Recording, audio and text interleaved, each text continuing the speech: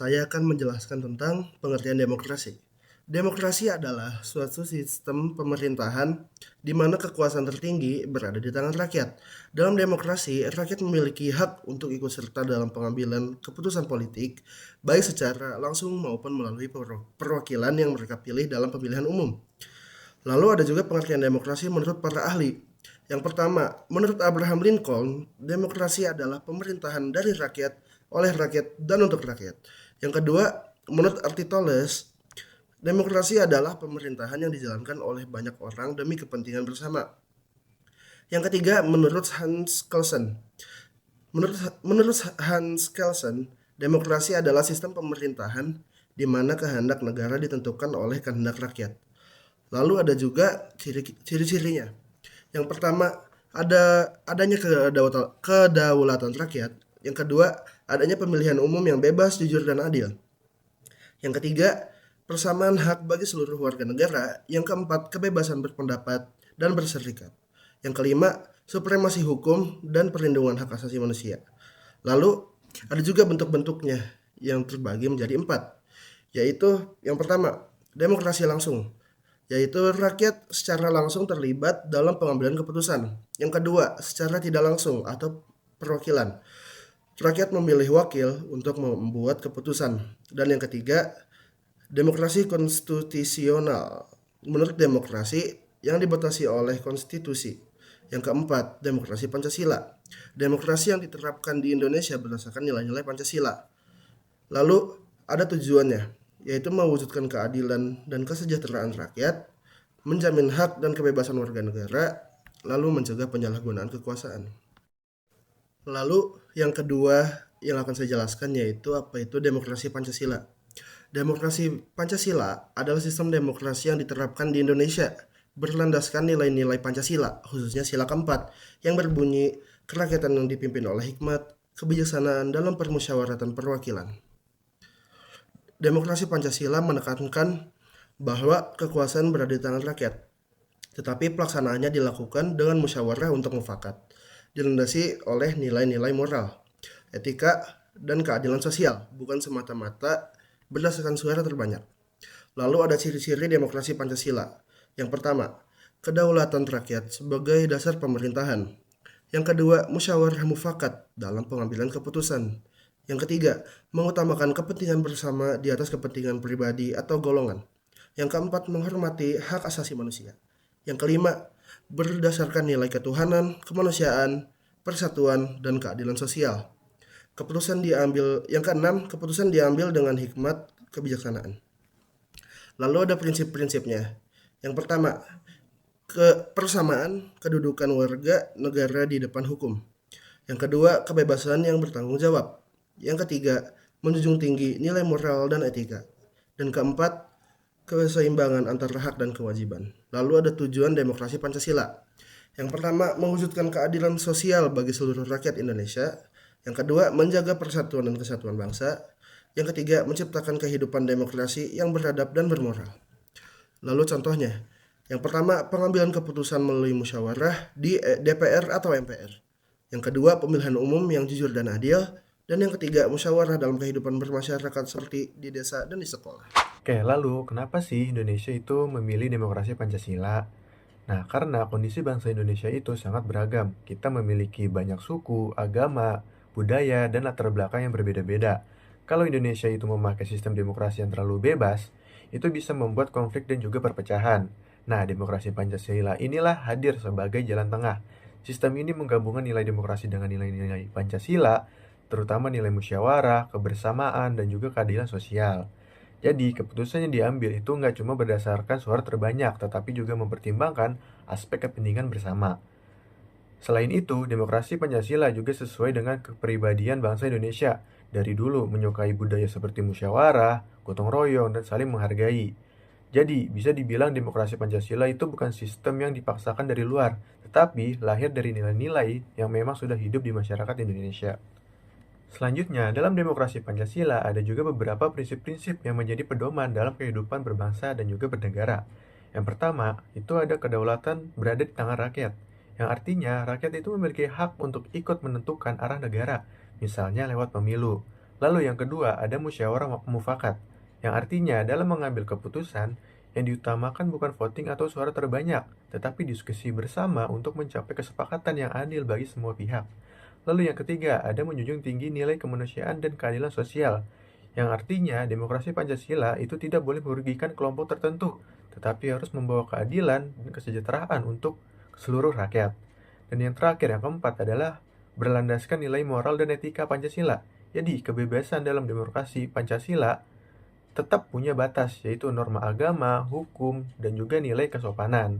Nah, dengan prinsip-prinsip inilah demokrasi Pancasila itu bisa diharapkan menciptakan kehidupan bernegara yang damai, adil, dan juga tetap bersatu. Demokrasi Pancasila lahir sebagai sistem demokrasi yang sesuai dengan kepribadian bangsa Indonesia berlandaskan Pancasila dan Undang-Undang 1945. Sejak awal kemerdekaan, Indonesia tidak sepenuhnya meniru demokrasi liberal barat, melainkan menekankan musyawarah mufakat, kebersamaan, dan keadilan sosial. Pada awal kemerdekaan 1945 sampai 1959, prinsip demokrasi Pancasila tercermin dalam perumusan kebijakan negara melalui sidang-sidang BPUPKI dan PPKI yang mengedepankan musyawarah untuk mencapai kesepakatan nasional. Pada masa demokrasi liberal, praktiknya lebih didominasi kepentingan politik dan voting mayoritas. Memasuki era demokrasi terpimpin 1959 sampai 1965, nilai musyawarah sering diselewengkan karena kekuasaan terpusat pada satu figur, sehingga prinsip kedaulatan rakyat melemah. Pada masa Orde Baru 1966 sampai 1998, demokrasi Pancasila dijadikan asas resmi negara, namun penerapannya bersifat formal dan belum sepenuhnya demokratis karena kebebasan politik dibatasi. Setelah reformasi 1998 hingga sekarang, demokrasi Pancasila dijalankan secara lebih terbuka, seperti pemilu yang lebih demokratis, kebebasan berpendapat, dan lain sebagainya. Meskipun hingga saat ini demokrasi Pancasila masih mengalami beberapa tantangan dalam menjalaninya. Meskipun secara normatif demokrasi Pancasila telah dijalankan, namun dalam praktiknya masih menghadapi beberapa tantangan. Di antaranya politik uang dan pragmatisme politik. Kedua, ada polarisme dan konflik sosial. Ketiga, kurangnya literasi politik dan partisipasi kritik masyarakat. Yang terakhir, ada ketimpangan penegakan hukum. Untuk menghadapi tantangan demokrasi Pancasila di masa depan, diperlukan sejumlah solusi nyata. Yang pertama, reformasi politik harus dilakukan dengan sistem rekrutmen yang transparan dan berbasis meritokrasi, sehingga wakil rakyat benar-benar memiliki integritas dan kapasitas. Yang kedua, pendidikan politik berbasis nilai-nilai Pancasila perlu diperkuat sejak dini, agar masyarakat lebih kritis dan aktif dan mampu berpartisipasi secara sehat dalam proses demokrasi. Yang ketiga, penegakan hukum anti korupsi harus dijalankan secara konsisten tanpa pandang bulu demi meningkatkan kepercayaan publik terhadap lembaga negara.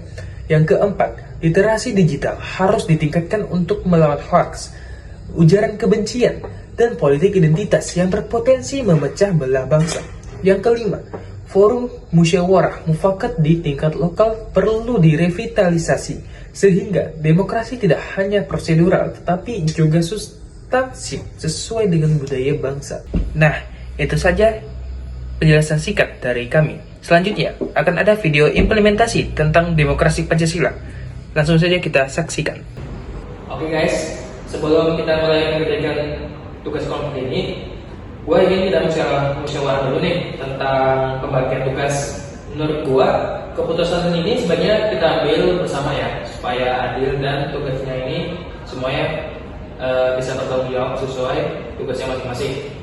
Bener sih, kalau gue setuju ya, soalnya kalau pembagian tugas itu nggak jelas, nanti takutnya di antara itu tuh ada yang merasa keberatan gitu. Benar sih, lebih baik kita bicarain dulu supaya nggak ada yang keberatan juga. Oke, berarti tugas ini kan terdiri dari penyusunan materi nih, terus ada pembuatan PPT, sama dan presentasi. Nah, gua mau dengar pendapat lu pada dulu nih. Menurut lu pada merasa pengennya di bagian mana? Kalau gue sih pengennya bagian presentasi ya, soalnya gue lebih pede gitu menjelaskan materinya di depan kelas. Kalau aku sih sebenarnya maunya sih presentasi, cuman aku bisa juga buat bikin materi sama desain PPT-nya. Oh gitu, berarti kan kita punya 2 orang nih yang mau presentasi ya. Gimana menurut kalian kalau supaya pembagian ini tetap adil?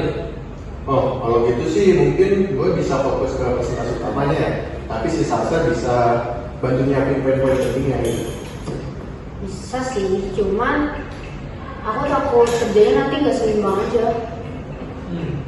Pendapat Salsa ini masuk akal ya, karena kan bagaimana kalau si Adi menjadi presenter utama nih, terus Salsa pegang materi nih dan menyelesaikan PPT, terus saat presentasi nanti kan nanti Salsa juga ikut ya di bagian ikut menjelaskan sebagian materi. Oh, menurut gue sih itu adil sih ya, jadi nggak cuma satu orang yang tampil. Iya, aku juga setuju, tugasnya jelas dan aku juga masih bisa berkontribusi di presentasi. Oke, jadi kalau begitu gue nih sebagai ketua mau mengordinasikan bagaimana semua itu udah membantu editing. Apakah pembagian tugas ini sudah bisa kita sepakati bersama? Setuju. Setuju?